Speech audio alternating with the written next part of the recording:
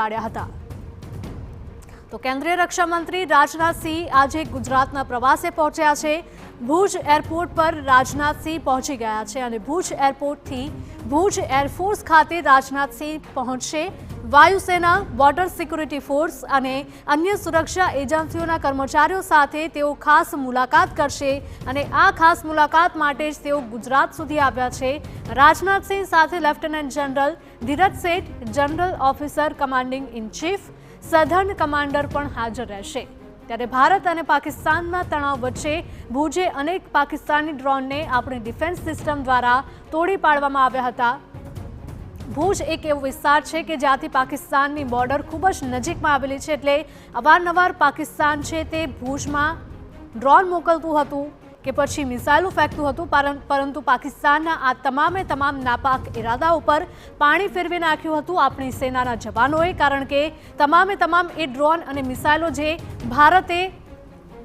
ભારતમાં આવ્યા હતા, પાકિસ્તાન તરફથી જે મોકલવામાં આવ્યા હતા, તે તમામને ભારતની ડિફેન્સ સિસ્ટમે તોડી પાડ્યા હતા અને તેની જ પ્રશંસા રાજનાથસિંહે પણ કરી છે, પ્રધાનમંત્રી નરેન્દ્ર મોદીએ પણ કરી છે। તેમાં કેન્દ્રીય રક્ષા મંત્રી રાજનાથસિંહ આજે ગુજરાતના પ્રવાસે છે। ભારત પાકિસ્તાનનો તણાવ હવે ઓછું થયું છે અને તેવામાં એક બાદ એક બોર્ડર વિસ્તારમાં પહોંચીને રાજનાથસિંહ કે જેઓ રક્ષા મંત્રી છે અને ખાસ કરીને જે પણ સૈનિકો છે, આપણા જે પણ સેનાના જવાનો છે, બોર્ડર સિક્યુરિટી ફોર્સના જવાનો છે, તેમને ખાસ એક બાદ એક મુલાકાત કરી રહ્યા છે।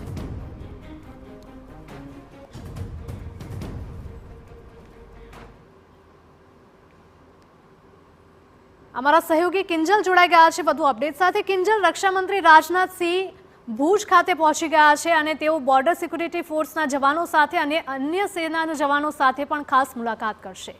કેટલી મહત્વની મુલાકાત બની રહેશે?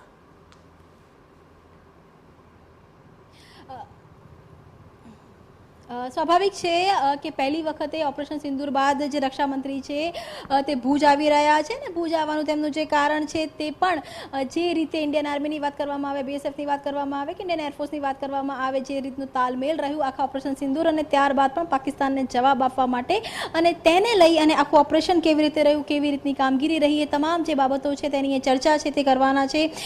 જ્યારે પણ રક્ષામંત્રી જ્યારે એરફોર્સ ઉપર આવ્યા હતા ત્યારે તેમની સાથે જે એરફોર્સના ચીફ છે માર્શલ એપી સિંહ એ પણ ઉપસ્થિત રહ્યા હતા।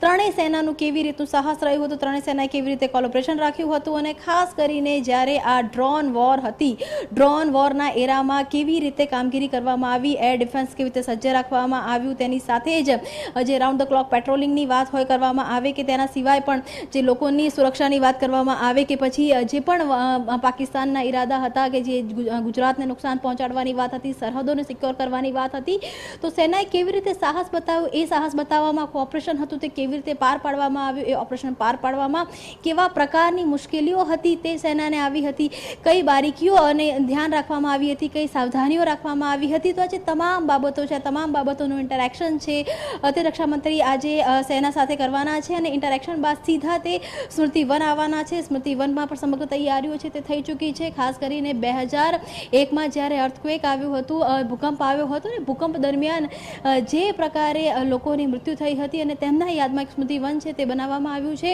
એક વખત સેનાના જે સાહસ છે તેની વાત કર્યા બાદ ત્રણેય જે સેના છે તેના જે અધિકારીઓ છે, કર્મચારીઓ છે, તેની સાથે વાતચીત કર્યા બાદ સ્મૃતિ વન છે તે રાજનાથસિંહ આવશે અને ત્યાં જે 2001માં જે તારાજી સર્જાઈ હતી ત્યારે કેવા દ્રશ્યો હતા તેની માટેનું જે મ્યુઝિયમ છે તે મ્યુઝિયમની પણ મુલાકાત છે તે લેવાના છે। જી બિલકુલ કિંજલ, માહિતી બદલ આપનો આભાર। તો કેન્દ્રીય રક્ષા પ્રધાન રાજનાથસિંહ ગુજરાતના પ્રવાસે પહોંચ્યા છે। ભુજ એરફોર્સ સ્ટેશન ખાતે રાજનાથસિંહ પહોંચ્યા છે। વાયુસેના, બીએસએફ અને અન્ય સુરક્ષા એજન્સીઓના કર્મચારીઓ સાથે તેઓ મુલાકાત કરવાના છે। રાજનાથસિંહ સાથે